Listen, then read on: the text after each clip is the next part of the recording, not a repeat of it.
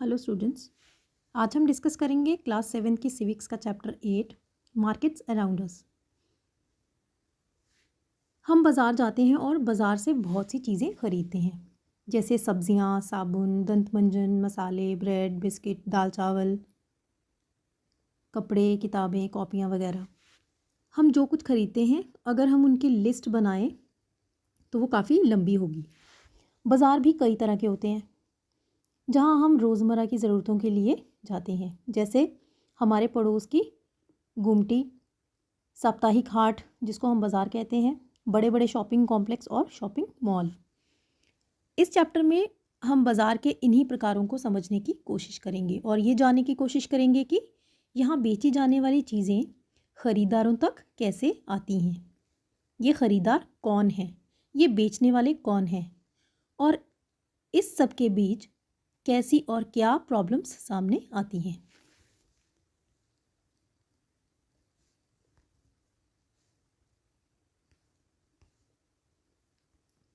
सबसे पहले हम डिस्कस करेंगे वीकली मार्केट्स। वीकली मार्केट्स का ये नाम इसलिए पड़ा क्योंकि ये वीक के किसी एक पर्टिकुलर डे पे लगती हैं। इस वीकली मार्केट में रोज़ खुलने वाली पक्की दुकानें नहीं होती हैं। व्यापारी दिन में दुकान लगाते हैं और शाम होने पर उन्हें समेट लेते हैं। अगले दिन वो अपनी दुकान किसी और जगह पे लगाते हैं। देश भर में ऐसे हज़ारों बाज़ार लगते हैं और लोग इनमें अपनी रोज़मर्रा की ज़रूरतों की चीज़ें ख़रीदने आते हैं। वीकली मार्केट्स में बहुत सी चीज़ें सस्ते दामों पर मिल जाती हैं। ऐसा इसलिए कि जो पक्की दुकानें होती हैं उन्हें अपनी दुकानों को कई तरह के खर्चे से निकालना होता है, यानी उन्हें कई कई तरह के खर्चे जो होते हैं वो जोड़ने होते हैं। उन्हें दुकानों का किराया, बिजली का बिल, गवर्नमेंट की फ़ीस वगैरह जो है वो देनी पड़ती है।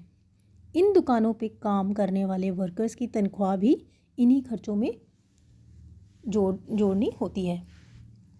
वीकली मार्केट्स में बेची जाने वाली चीज़ों को दुकानदार अपने घरों में ही जमा करके रखते हैं। इन दुकानदारों के घर के लोग जो होते हैं वो अक्सर इनकी मदद करते हैं, जिससे इन्हें अलग से वर्कर्स नहीं रखने पड़ते। वीकली मार्केट्स में एक ही तरह के सामानों के लिए कई दुकानें होती हैं, जिससे उनमें आपस में कंपटीशन जिसको हम कहते हैं वो भी होता है। अगर एक दुकानदार किसी चीज़ के लिए ज़्यादा कीमत मांगता है तो लोगों के पास ये ऑप्शन होता है कि वो अगली दुकान पे वही सामान देख लें जहाँ पॉसिबल है कि वही चीज़ कम कीमत में मिल जाए।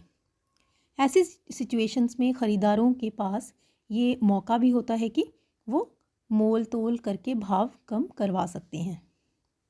वीकली मार्केट्स का ये एक और फ़ायदा होता है, ज़रूरत का सभी सामान एक ही जगह पे मिल जाता है। सब्जियों, कपड़ों, किराना सामान से लेकर बर्तन तक सभी चीज़ें जो होती हैं वो यहाँ अवेलेबल होती हैं। अलग अलग तरह के सामानों के लिए अलग अलग एरियाज़ में जाने की ज़रूरत भी नहीं होती है। लोग अक्सर उन बाज़ारों में जाना पसंद करते हैं जहाँ सामान के बहुत सारे ऑप्शंस अवेलेबल हों। उसके बाद नेक्स्ट है हमारा टॉपिक शॉप्स इन नेबरहुड। नेबरहुड का मतलब होता है पड़ोस। हमने देखा है कि वीकली मार्केट्स में कई तरह का सामान अवेलेबल होता है। बहरहाल हम दूसरे तरह के बाज़ारों से भी सामान खरीदते हैं। ऐसी बहुत सी दुकानें हमारे मोहल्ले में भी होती हैं जो हमें कई तरह की सर्विसेज और सामान अवेलेबल करवाती हैं। हम पास की डेयरी से दूध, किराना व्यापारी से तेल मसाले और दूसरे ईटेबल्स और स्टेशनरी के व्यापारी से पेन पेपर या फिर मेडिसिन्स की दुकान से मेडिसिन्स भी खरीद सकते हैं। इस तरह की दुकानें अक्सर पक्की और परमानेंट होती हैं, जबकि सड़क किनारे फुटपाथ पे सब्जियों के कुछ छोटे दुकानदार, फल बेचने वाले और कुछ गाड़ी मैकेनिक वगैरह भी दिखाई देते हैं।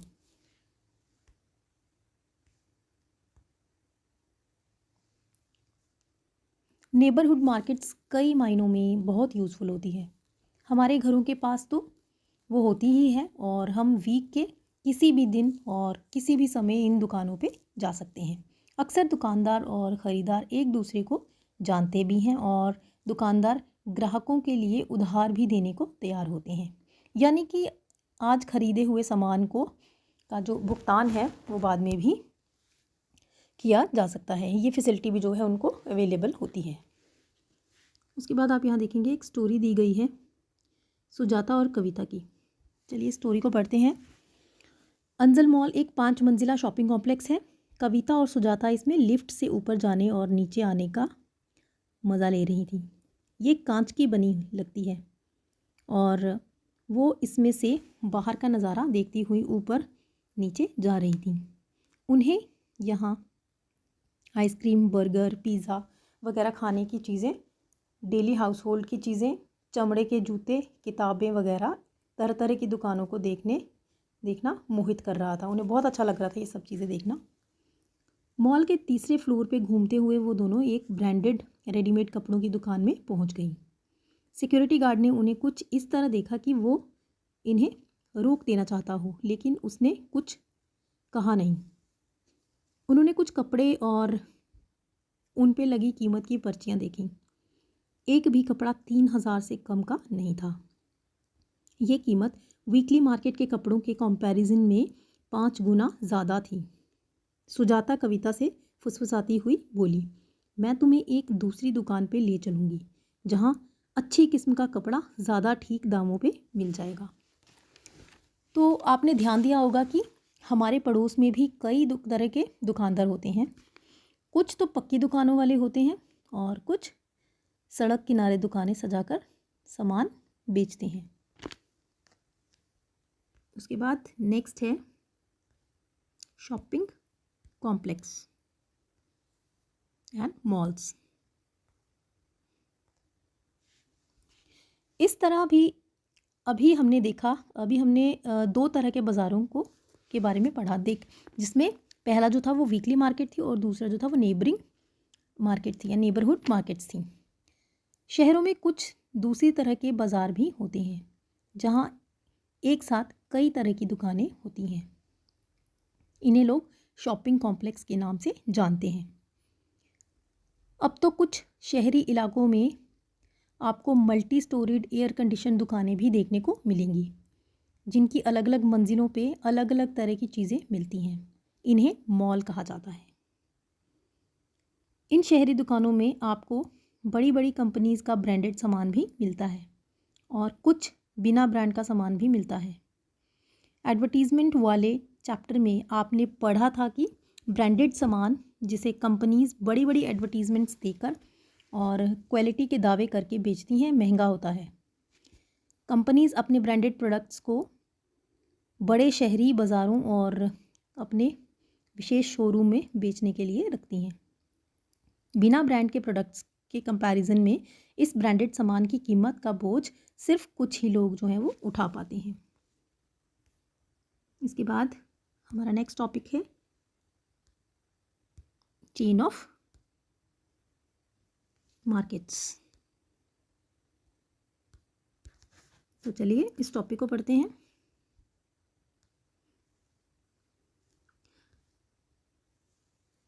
पिछले सेक्शंस में आपने डिफरेंट टाइप्स की मार्केट्स के बारे में पढ़ा जहां हम सामान खरीदने जाते हैं। क्या आप सोच सकते हैं कि ये सभी दुकानदार अपनी दुकानों के लिए सामान कहाँ से लेकर आते हैं? सामान की प्रोडक्शन फैक्ट्रीज़, फार्म्स और खेतों में होती है, लेकिन हम फैक्ट्रीज़ और खेतों से सीधे सामान नहीं खरीदते हैं। चीज़ों की प्रोडक्शन करने वाले भी हमें कम क्वांटिटी में, जैसे 1 किलो सब्ज़ी या एक प्लास्टिक कप वगैरह बेचने में इंटरेस्ट नहीं रखेंगे। वो लोग जो प्रोड्यूसर और फाइनल कंज्यूमर्स के बीच होते हैं उन्हें व्यापारी कहा जाता है। पहले होलसेल का व्यापारी बड़ी मात्रा या संख्या में सामान खरीद लेता है। जैसे सब्जियों का होलसेलर जो होता है वो कुछ किलो सब्ज़ी नहीं खरीदता, बल्कि वो बड़ी मात्रा में यानी 25 से 100 किलो तक सब्जियां जो है वो ख़रीद लेता है। इन्हें वो दूसरे व्यापारियों को बेचता है। यहाँ ख़रीदने वाले और बेचने वाले दोनों व्यापारी होते हैं। व्यापारियों की लंबी चेन का वो व्यापारी जो फाइनली अपना सामान कंज्यूमर्स को बेचता है उसे रिटेलर कहते हैं। ये वही दुकानदार होता है जो आपको पड़ोस की दुकानों, वीकली मार्केट्स या शॉपिंग कॉम्प्लेक्सेस में सामान बेचता है। हम इसे यहाँ दिए गए एग्जाम्पल से समझेंगे। हर शहर में होलसेल मार्केट का एक एरिया होता है। यहाँ चीज़ें पहले पहुँचती हैं और यहीं से वो दूसरे व्यापारियों तक पहुँचती हैं। सड़क किनारे की दुकान का छोटा व्यापारी, जिसके बारे में आपने पहले पढ़ा था, बड़ी संख्या में प्लास्टिक का सामान शहर के होलसेलर से ख़रीदता है। हो सकता है कि वो बड़ा व्यापारी अपने से भी बड़े होलसेलर से खुद सामान ख़रीदता हो। शहर का होलसेलर प्लास्टिक का ये सामान फैक्ट्री से ख़रीदता है और उन्हें बड़े गोदामों में रखता है। इस तरह से बाज़ार की एक चेन बनती जाती है। जब हम एक सामान ख़रीदते हैं तब हम ये ध्यान नहीं देते कि वो सामान किस किस के पास से सफ़र करता हुआ हम तक पहुंचता है। उसके बाद हमारा नेक्स्ट टॉपिक है मार्केट्स एवरीवेयर।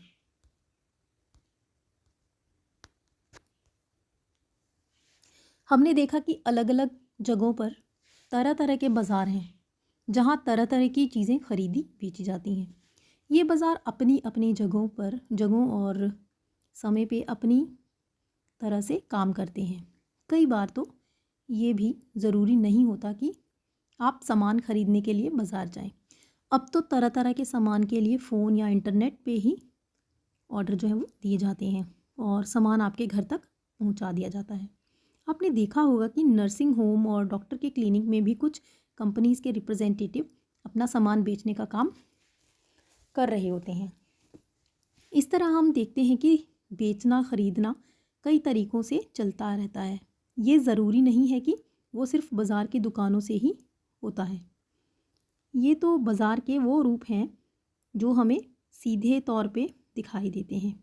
ऐसे भी कुछ बाज़ार होते हैं जिनके बारे में हमारी जानकारी कम ही होती है, क्योंकि यहाँ बिकने और ख़रीदी जाने वाली चीज़ें हम सीधे इस्तेमाल नहीं करते हैं।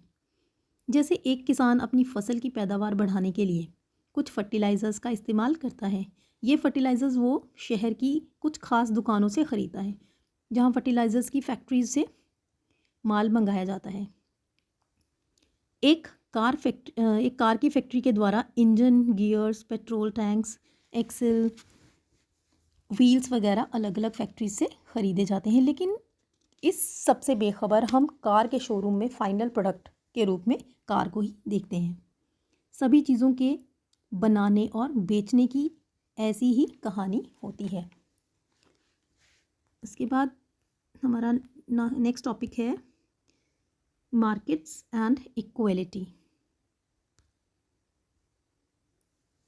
इस चैप्टर में हमने अपने आसपास के कुछ बाज़ारों पे नज़र डाली। हमने वीकली मार्केट से लेकर शॉपिंग कॉम्प्लेक्सेस तक की जो दुकानें थीं और दुकानदार थे उनके बारे में हमने पढ़ा। इन दोनों दुकानदारों में बड़ा फ़र्क है। एक छोटी सी जमा पूंजी से व्यवसाय करने वाला दुकानदार है, जबकि दूसरी तरफ दूसरा अपनी दुकान के लिए एक बड़ी पूंजी होती है, पैसा खर्च कर सकता है।